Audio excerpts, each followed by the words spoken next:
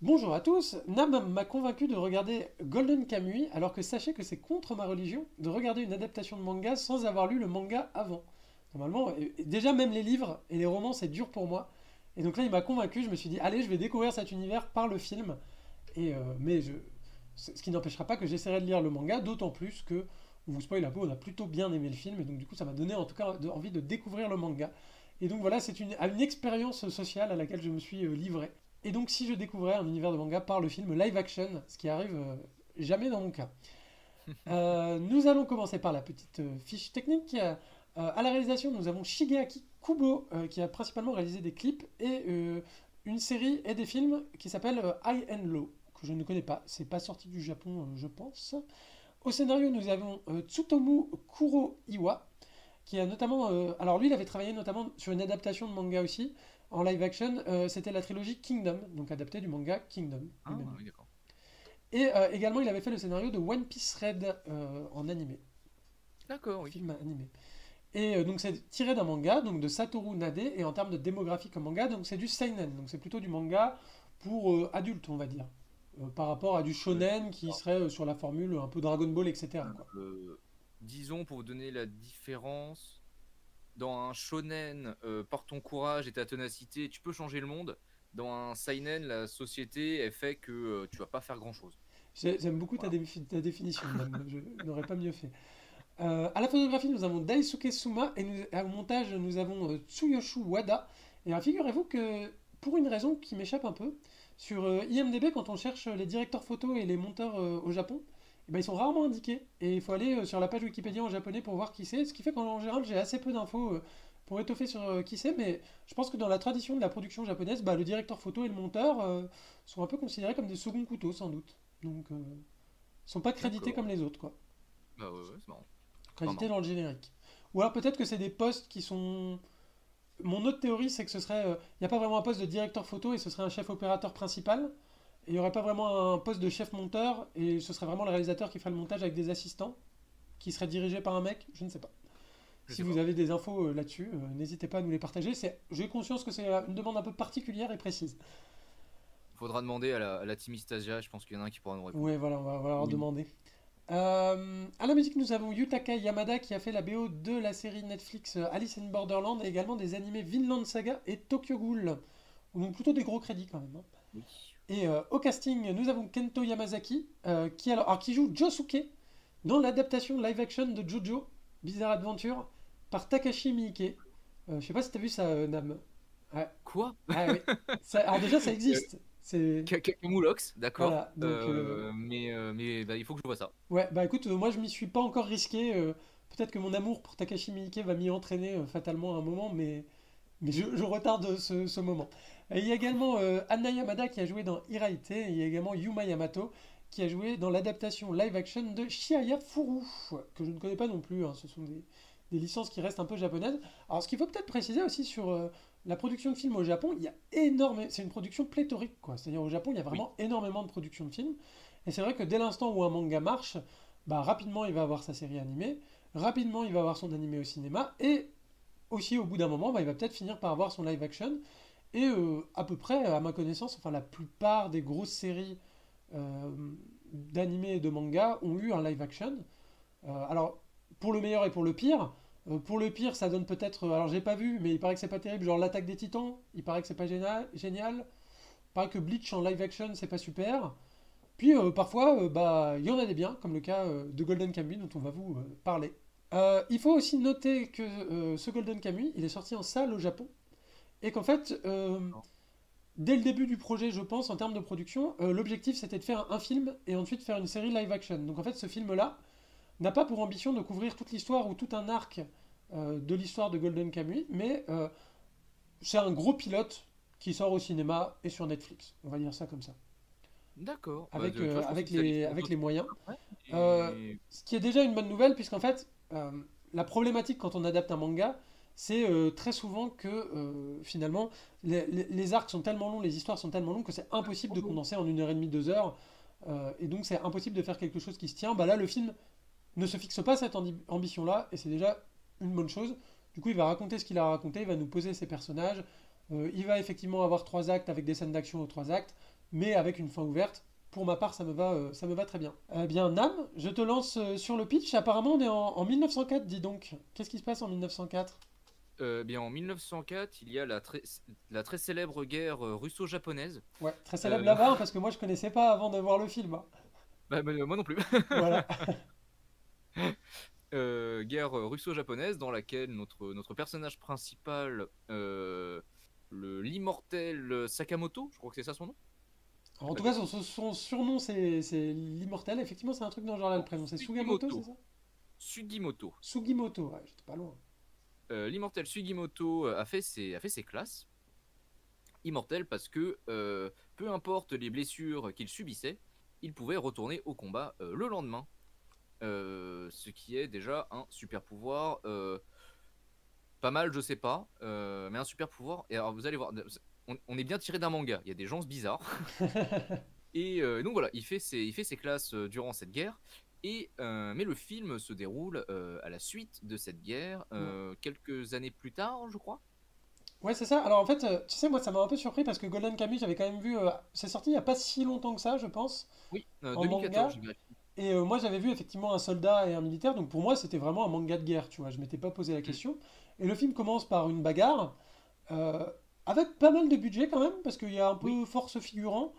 Et effectivement, on va avoir une scène d'action où il va dégommer tout le monde dans une tranchée de manière assez peu réaliste et tout à fait mangaesque, mais dans une scène d'action plutôt sympa. Et moi, je me disais, tiens, oui, ça va parler de guerre et ça va aller là-dessus. Et en fait, effectivement, pas du tout. On a un cut et on se retrouve dans la nature. Tout le monde est un petit peu. Alors, en fait, de ce que j'ai compris de la guerre russo-japonaise, donc ça se passe plutôt dans le nord du pays, dans le nord du oui, Japon, notamment aussi sur les îles Kuril. La bataille qu'on a vue, ça s'appelle la bataille de la colline 203. Et donc après, on rebascule sur finalement les soldats ont été démobilisés et plus ou moins ils se retrouvent sur Hokkaido, donc l'île qui est au nord du Japon, d'où la neige et le froid, n'est-ce pas? Et donc en fait, le film va pas du tout être un film de guerre, va plutôt être un film d'aventure et même, oserais-je dire, un western quasiment. ah bah oui, on est quasiment là-dessus. En même temps, on est dans l'époque du western également. Mhm. Et surtout, notre personnage va apprendre que à Hokkaido, sur cette île archipel, je sais pas. C'est Hokkaido, une c'est une île île, Hokkaido, ouais. une île. C'est l'île du Nord, ouais. Euh, sur cette île, des criminels, une quarantaine, je crois, se sont échappés euh, et sont en cavale sur l'île. Cependant, tous ces criminels ont une particularité. Ils ont des tatouages sur eux qui, mis bout à bout, fait une carte au trésor pour avoir accès à l'or des Aïnous. Donc effectivement, Nam, comme tu le disais, donc on commence par une scène d'orpaillage, quoi. C'est-à-dire ils cherchent de l'or dans une rivière. Donc là, vraiment, on est dans la rue et vers l'or. On est au Far West, quoi, hein, tout simplement. Donc voilà, donc les Aïnous. Alors qui sont-ils les Aïnous? C'est la population autochtone du nord du Japon. Parce qu'on aurait tendance à croire que le Japon, du point de vue ethnique, est complètement uniforme, mais en fait, comme ce sont des îles qui sont différentes et notamment Hokkaido, comme c'est quand même une île qui est un petit peu éloignée, pas forcément accessible et au climat relativement hostile, et ben là-bas il y a les Ainu qui ont leur culture particulière, leur langue particulière, et qui ne sont pas des Japonais, mais qui se sont retrouvés intégrés par la force du Alors, temps au Japon, quoi, finalement. c'est ça. Bah, ils se sont fait assimiler et leur culture a plus ou moins disparu Mhm. aujourd'hui. Ils existent pour de vrai. Hein, Ouais, ouais, et pour le coup, je suis allé m'enseigner et en fait, c'est la première ethnie qui est arrivée au Japon ouais. depuis la Russie. Et du coup, et après, alors on parle de milliers d'années plus tard, hein, si je dis pas de bêtises, enfin je crois que ouais, non, je crois qu'on était sur des durées comme ça. T'as les Wa, qui sont du coup l'ethnie majoritaire au Japon, qui sont arrivés et qui se sont installés. Et aujourd'hui, les Ainu, faudrait que je revérifie les chiffres, mais ils sont estimés entre quelque chose, 20 000 et 200 000, un truc comme ça. Mhm. Parce que il y en a beaucoup qui ne savent pas que ce sont des Ainu, notamment parce qu'ils ont été pas mal persécutés. Mhm. Voilà. Et personnellement, c'est la deuxième fois que je les vois cités dans une œuvre japonaise. La première, c'était dans Shaman King, Mhm. ce qui n'est pas illogique parce qu'ils ont dans leur culture, c'est aussi des polythéistes qui ont leur religion à eux. Voilà. Effectivement. Et d'ailleurs, le film, on peut parler de ça, va passer pas mal de temps à te faire des comparatifs culturels entre les Ainu et et les Wa, Mm. enfin les Japonais majoritaires. Et je trouve ça plutôt sympa. T'as vraiment des passages très didactiques sur c'est quoi les Ainu. Il y a un côté choc des cultures, et puis si on fait le parallèle avec le western, il y a un côté aussi, les cow-boys et les Indiens, quoi, d'une certaine manière. Complètement, c'est vrai. Il y a un petit parallèle. Donc, comme tu le disais, donc il y a cette fameuse histoire de tatouage à la Prison Break, hein, finalement, où ils ont tatoué Mm. où l'or est caché. Évidemment, tout le monde va essayer de chercher à récupérer cet or, donc tout le monde est sur le coup, notamment notre héros, euh, pour aller, euh, pour aller récupérer la carte. Alors, par contre, Euh, du coup, oui, la carte, les gens, ils se tatouent les trucs.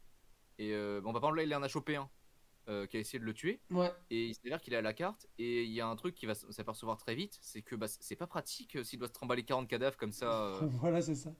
Enfin, des trucs un peu dégueulasses dans le film, en Est-ce vrai. qu'il y a un truc que tu as remarqué sur l'image aussi par ailleurs? Il y a une grosse peluche dans le fond. Voilà, il y a un gros nounours. Alors ça, c'est aussi... Il y a un petit côté, pour comparer toujours à du western, il y a un petit côté parfois The Revenant au film où il y a quand même un Mm. côté conflit avec la nature, et notamment la nature un peu polaire, quoi, d'une certaine manière. Et donc, ce nounours va essayer de le niarquer, mais c'était sans compter l'aide d'une jolie archère Ainu. Et évidemment, on est bien dans une adaptation de manga. En fait, il commence à constituer son équipe pour la suite. Et donc, voilà, on a le soldat et donc maintenant on a l'archère, ce qui est bien pratique. Et aussi, comme tu le disais, entre les deux, il va y avoir une dynamique un peu de presque de buddy movie par moment, parce qu'effectivement, comme ils viennent de backgrounds complètement différents et qui sont entièrement différents, bah voilà, il y a des ressorts comiques qui se jouent un petit peu à cet endroit-là. Après, le film va être en grande partie aussi sur la relation entre les deux. Parce que, ah oui, l'or appartient aux Ainu à la base. C'est eux qui l'ont caché. Ouais. C'est ça, dans l'histoire. Et alors bon, bah voilà, un plan un typique western où on rentre dans la grande allée de la ville avec des maisons sur le côté. Donc là, comme on le voit aussi, hein, toujours pas mal de budget. Euh, Peut-être qu'ils ont une ville pour faire toutes les fictions historiques sur Hokkaido, c'est possible, ou alors ils ont rajouté de la fausse neige, je sais pas comment ils ont fait, mais voilà, il y a quand même des plans comme ça, tu vois, qui ont une certaine ampleur, qui font pas trop synthétique. Enfin, je trouve que ça fait pas trop synthétique, c'est assez sympa, quoi. Et j'aime bien aussi l'aspect reconstitution qu'ils ont fait dans les vêtements des personnes, dans les décors aussi. Parce que là, on voit qu'on est quand même dans une ville qui est plutôt occidentale Mhm. de construction. Même un peu russe, hein, Mais d'une certaine manière, avec les constructions en ah bois oui. qu'on peut voir sur le côté. Et puis, mais à côté de ça, ils vont quand même garder. On peut voir par exemple la dame à gauche d'eux, enfin le couple à côté d'eux, à gauche, qui ont plutôt des vêtements traditionnels. Là où les personnes encore juste devant eux, vous pouvez voir, ils ont des habits qui font plus occidentaux. Donc tu as vraiment voilà, ce mélange culturel qui se met en place. On n'est plus à l'époque du shogunat. Mais c'est quelque chose qui va aussi être important dans le film. Parce que dans le film, on a quand même comment? Une espèce de présentation de tout ce qui fait le Japon, d'une Hmm. certaine manière. Bah bon, voilà, les personnages ils vont arriver, on va en parler. Pour compléter sur ce que tu disais sur les costumes, alors moi je vais quand même avoir peut-être une petite réserve. C'est-à-dire que comme c'est une adaptation de manga, effectivement les personnages ont des costumes qui sont assez importants et iconisés et qui vraiment font leur personnage. Genre lui il a sa casquette, etc. Qui font le truc. Par moment, j'ai quand même l'impression de voir des cosplayers au milieu des vrais gens. Il y a un côté où leurs costumes sont tellement nets, tellement proches du matériau de base en fait. Mhm. Et ça, c'est une remarque que j'ai avec à peu près toutes les adaptations en live action de manga. C'est vraiment que, bah, je sais pas, ouais, j'ai l'impression de voir des cosplayers dans la ville, quoi. Il y a ce côté-là. Bon, évidemment, on n'a toujours pas vu le méchant. Il y a un méchant mystérieux qui s'appelle le sans-visage, qui est celui qui a un peu conçu ce plan pour récupérer l'or à la base et qui s'est échappé. Et qui a une dégaine de vieux sage, on le verra par la suite, mais qui en fait est très très méchant. Oui, bien sûr. Première scène, alors une autre scène aussi où il va y avoir le premier conflit culturel, ça va être sur la nourriture. Et alors là, par contre, alors là, bravo, ça a l'air délicieux quand même. Mais ce qu'il mange a l'air très bon, en Ouais. effet. Et t'as des. Comment? Et oui, et t'as les rapports culturels sur la nourriture, avec par exemple l'autre qui veut se rajouter. Je sais pas dans cette scène ou c'est dans la scène suivante, où il veut se rajouter du miso dans sa bouffe. Et l'autre, elle ranifle le machin, elle fait, mais c'est quoi cette merde? Et Ernest Ouais. fait, mais tu bouffes de la merde, c'est quoi ce truc? Et, euh, Parce que le et, miso, c'est du moisi, oui, en effet. et ça, du coup, c'est quand même un grand plaisir qu'on a dans les animés et mangas d'avoir des belles scènes de bouffe, quoi. d'avoir Mm. des beaux trucs de bouffe, et en fait que le film, il embrasse ça et qu'il montre vraiment... Alors déjà pour montrer la culture, montrer la nourriture, c'est déjà une très bonne chose, hein, ça je l'ai déjà dit dans les précédents segments. Et par ailleurs, voilà, ça nous met l'eau à la bouche, vraiment littéralement. Jusqu'ici, le film, alors moi aussi la petite interrogation que j'avais et que je peux avoir sur la production japonaise un peu commerciale, c'est que je trouve que souvent la mise en scène est vraiment sur des rails, mais je trouve que par rapport à des productions Netflix, finalement, peut-être pas tant que ça. Oui. Je trouve que, alors maintenant notamment, là on a vu un truc, je sais pas si tu as vu ça passer, mais notamment pour la nouvelle série dans l'univers de Vendavision, la Agatha All Along, ils ont remarqué que dans la bande-annonce, tous les personnages étaient au centre de l'écran pour pouvoir faire des formats verticaux sur TikTok et faire la pub plus facilement. Oula. Donc voilà, donc ça, ce genre de truc, tu vois, ça donne pas envie. Et je trouve que dans cette production japonaise qui est elle aussi normalisée et standardisée, bah quand même, il y a quand même, tu sens qu'il y a un réalisateur derrière qui, à un moment, essaie de faire une bonne scène, de trouver un point de vue. Alors évidemment, il va pas bouleverser les codes créatifs du cinéma, mais il y a quand même une certaine inventivité par moment, et notamment avec cette scène-là où notre héros va se cacher dans le terrier de l'ours, et l'ours va sortir et va niarquer les gens, et on va tout voir du point de vue du terrier. Donc on va voir alors, je pense que c'est aussi un moyen d'économie, parce que le film n'a pas de quoi faire un ours en CGI qui tabasse tout le monde et que ce soit beau et réaliste. Mais du coup, on va voir les personnages disparaître et tout. Et du coup, là, on a une vraie idée de mise en scène. Et moi, c'est ma scène préférée du film. Voilà. Pour ça que j'ai mise. Oui, non, mais scène très cool. Après, comme tu par rapport à la réalisation, c'est vrai qu'on a une réalisation qui est plus bah, dans la norme, mais dans la norme au Japon, je dirais. Voilà. Ce qui est vrai que bah, déjà, ça change par rapport au film à l'occidental qu'on peut voir. Et oui, non, cette scène était très cool. Et je Voilà. pense d'ailleurs, pour compléter sur ce que tu dis, que dans la norme au Japon, en fait, dans la norme, essayer de bien faire les choses et d'avoir des points de vue de mise en scène et de trouver des astuces de mise en scène, c'est quelque chose qui est encore là. Alors que Mm, aux États-Unis, c'est en train de se déliter complètement, quoi. En tout cas, dans la production commerciale, encore une fois. mm. Donc voilà. Nous allons également voir le village des Ainu, qui va nous donner donc à voir plus leur culture avec une reconstitution très sympa. Et aussi, on va entendre la langue Ainu.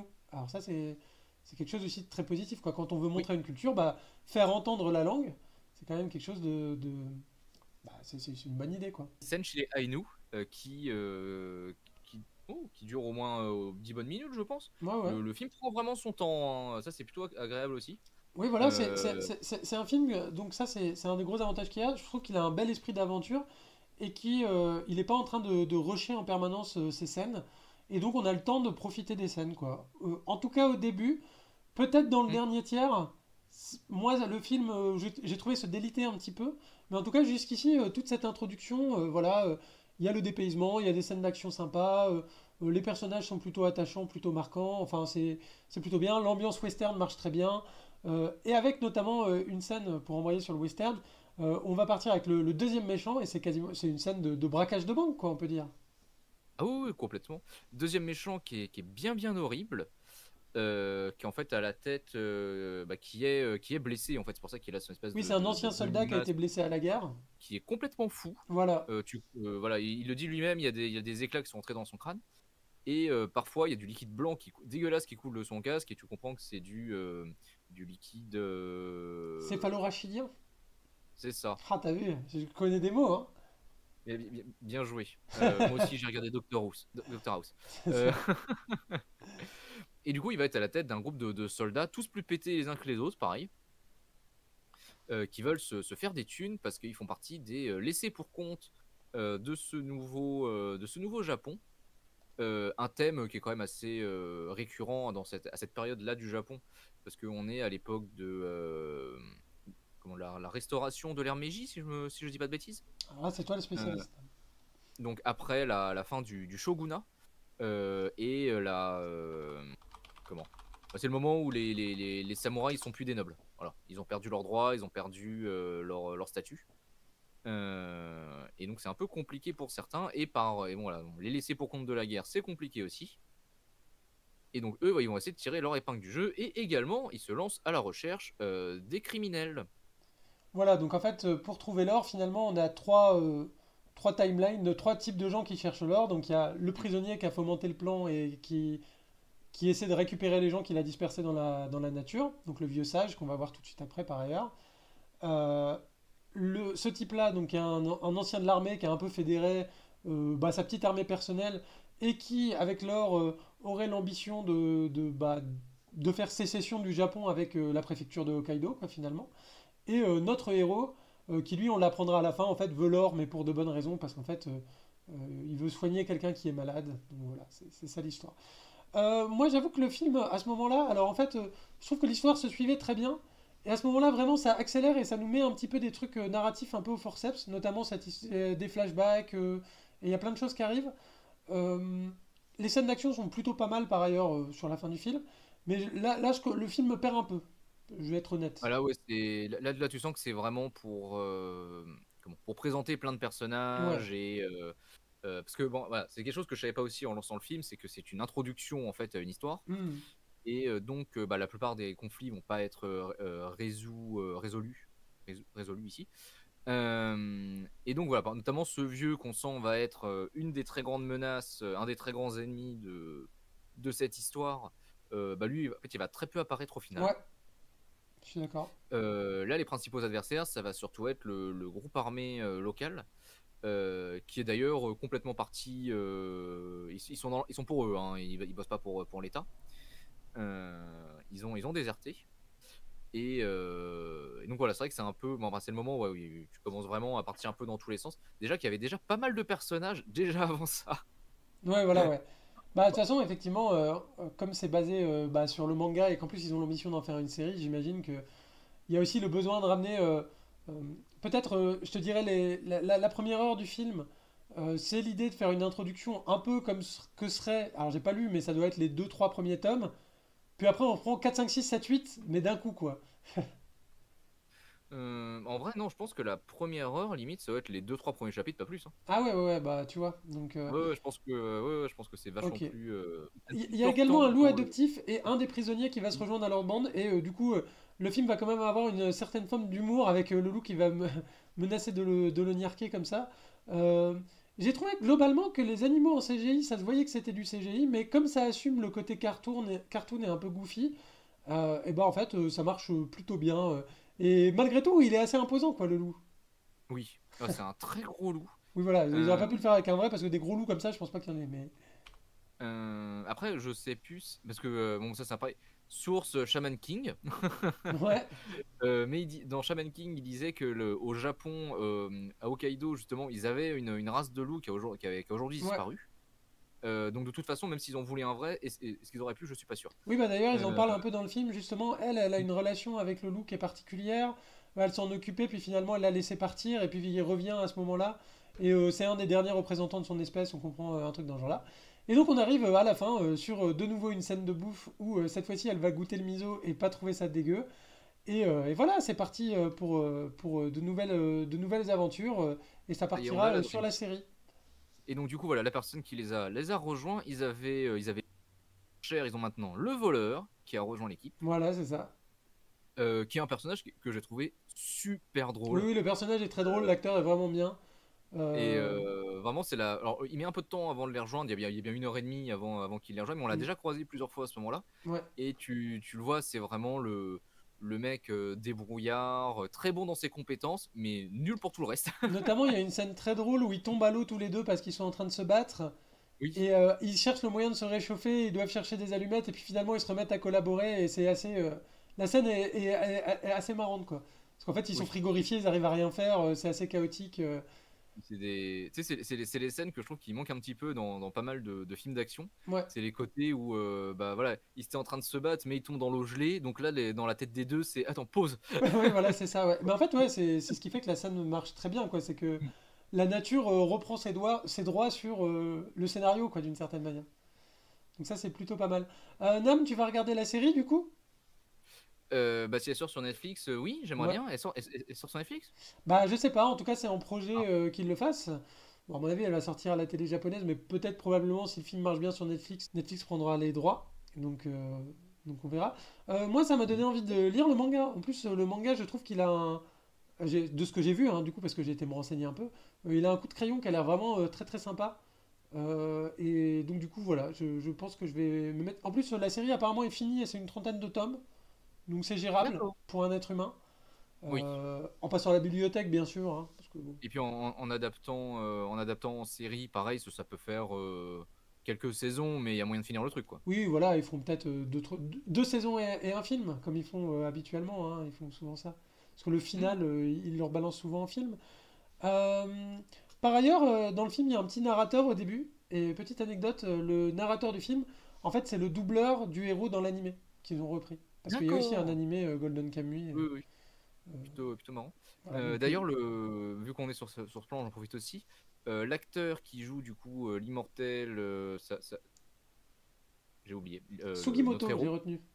Sugimoto, c'est aussi lui qui joue le personnage principal de la série Alice in Borderlands. Ah, c'est lui aussi, d'accord. Ouais. Et je trouve qu'il est, bah voilà, tout le monde bien que c'est un bon acteur entre ces deux rôles, parce qu'il joue pas du tout le même rôle, et les Hmm. deux le vont très bien, je trouve. Parce que là, bon, il fait voilà, c'est le guerrier, le grand dur, le mec qui rigole, pas forcément beaucoup, bon bah, là si, mais voilà, quelqu'un qui sait se battre, quelqu'un qu'on impose et tout. Alors que dans Alice in Borderland, c'est plutôt le mec intelligent et débrouillard, mais physiquement c'est une chips, tu vois. Par ailleurs, je suis allé voir un peu les crédits des différents acteurs du film parce que je les connaissais pas. Et la vache, qu'est-ce qui tourne, quoi. Genre, ils Ah font oui. 6, 7 films et 2 séries par an. Genre, et vraiment, ils ne s'arrêtent jamais. Et justement, tu pourrais dire, comme c'est fait un peu à la chaîne, bah, la qualité de jeu, il sera pas forcément, etc. Et là, je trouve que, pour le coup, je t'ai dit, il y a le côté un peu cosplay des costumes qui, moi, me sort peut-être un petit peu de leur jeu par moment. Mais quand il, par exemple, quand il retire leur costume, lui, par exemple, il a une scène dans une espèce de onsen, un bain japonais, un truc comme ça. Et ben, Oui. je trouve que vraiment, il est très bien dedans. Il convoie beaucoup d'émotions. Euh, Niveau acting, ça marche très bien. Et voilà, donc du coup, je te propose qu'on passe à la conclusion. Moi, Oui, oui. dans mon Ok, cas, je trouve que le film est... En tout cas, c'est contrat rempli. Moi, je me suis dit, quel est l'intérêt de ce film? Est-ce que ce film va me donner envie de lire le manga, en fait? Je me suis dit ça. Je l'ai regardé, ça m'a donné envie de le lire, et voilà. Euh, Quelle est la limite du film?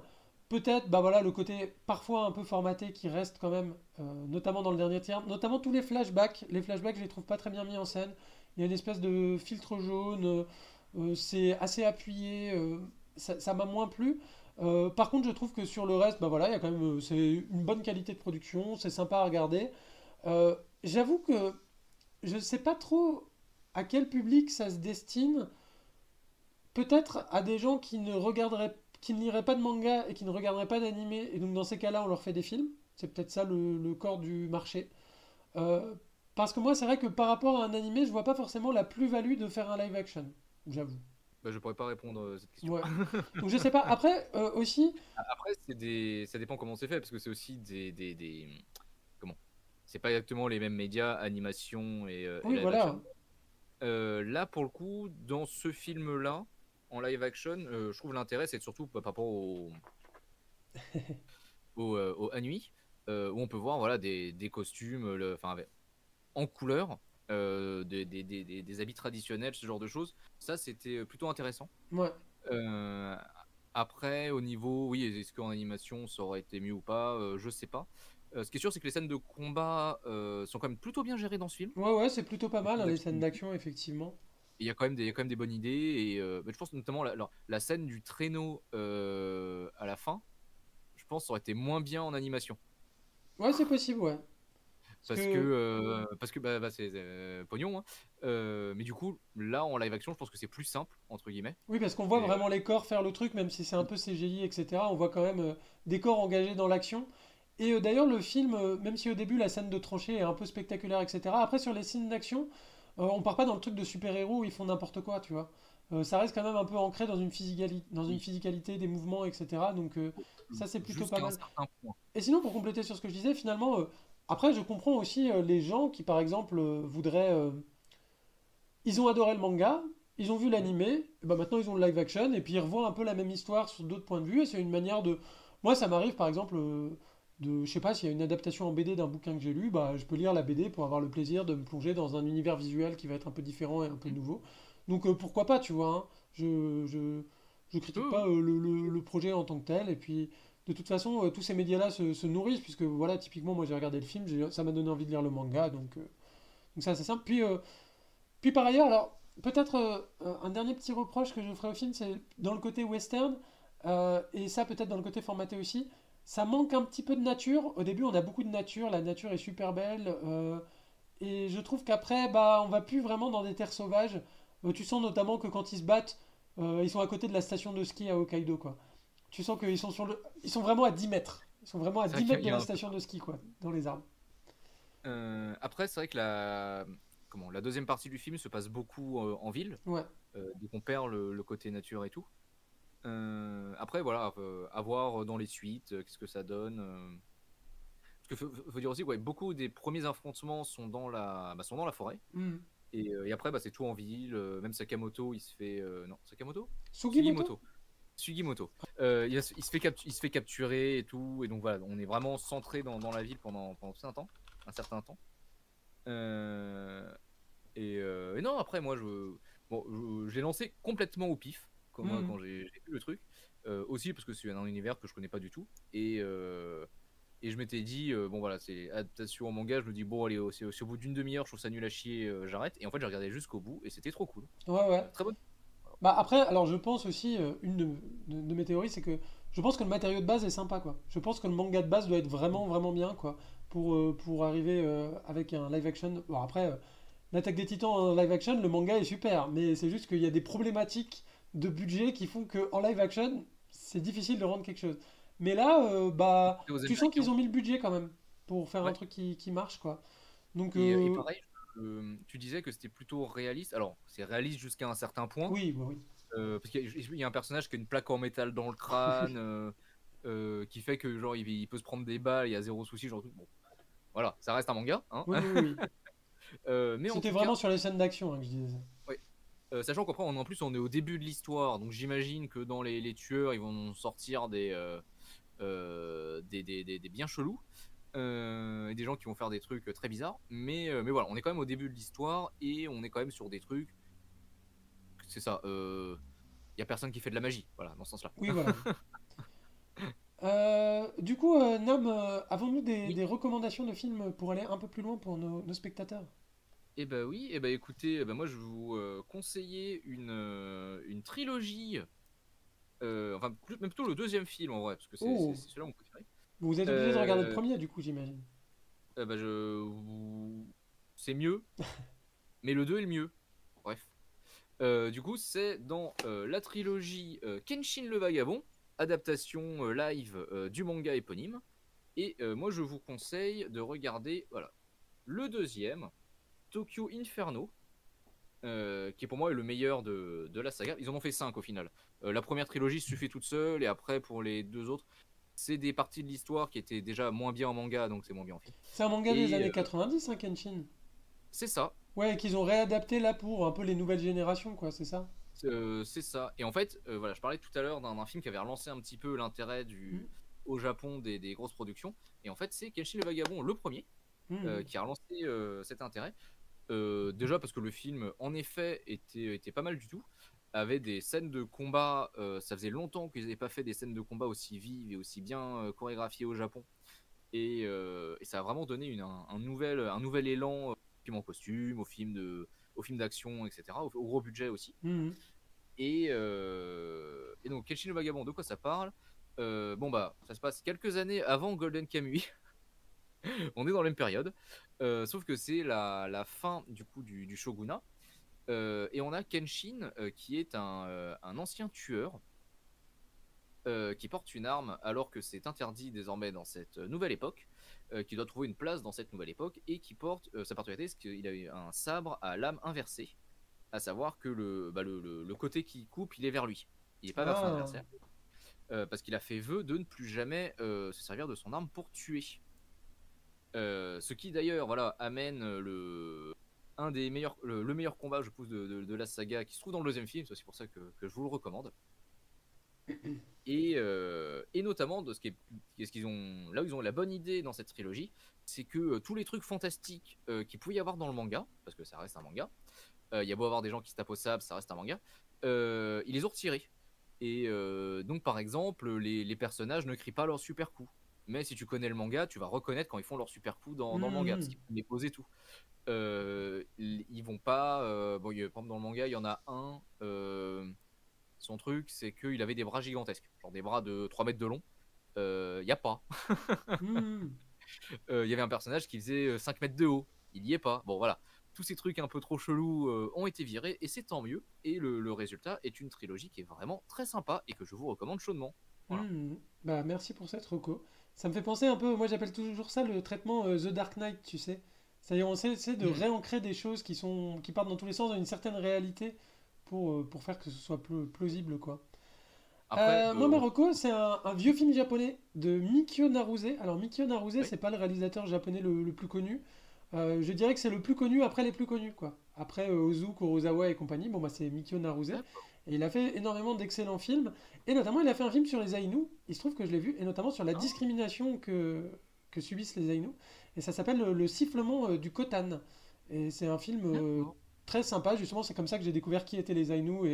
C'est là aussi on voit que la problématique qu'il y a eu avec les Aïnous, c'est-à-dire qu'en fait, effectivement, ils ont été persécutés, victimes de racisme, d'ostracisme, et maintenant il y a un retour de la culture Aïnou parce que finalement, le, le Japon se remettrait à célébrer une certaine diversité. C'est un peu ce qui s'est passé en France, par exemple, avec les Bretons, quoi, d'une certaine manière, où on leur interdisait de parler leur langue, et puis maintenant, il y a le Oui, bon. festival interceltique au Stade de France, quoi. Donc, euh, donc voilà, il y a des trajectoires qui sont un peu parallèles, quoi, d'une certaine manière. Voilà, c'est un film qui est assez didactique, parce que c'est un film justement qui à l'époque voulait sensibiliser sur ces discriminations-là. Donc c'est pas un film qui a une subtilité folle, mais qui en tant que film didactique bah, marche très bien. Et puis c'est quand même derrière un grand réalisateur, donc Mikio Naruse, qui a fait plein d'autres très bons films. Notamment je vous recommande Une femme dans la tourmente ou La Bête blanche de Mikio Naruse, qui sont vraiment des films incroyables. Et voilà, Le sifflement du Khotan sur les Aïnous. Eh bien, merci à tous de nous avoir suivis pour cette critique de Golden Kamuy. N'hésitez pas à lâcher un petit like, un partage, un abonnement, ça nous fait toujours plaisir. À bientôt pour un nouvel Actu Streaming. Bye bye! Au revoir.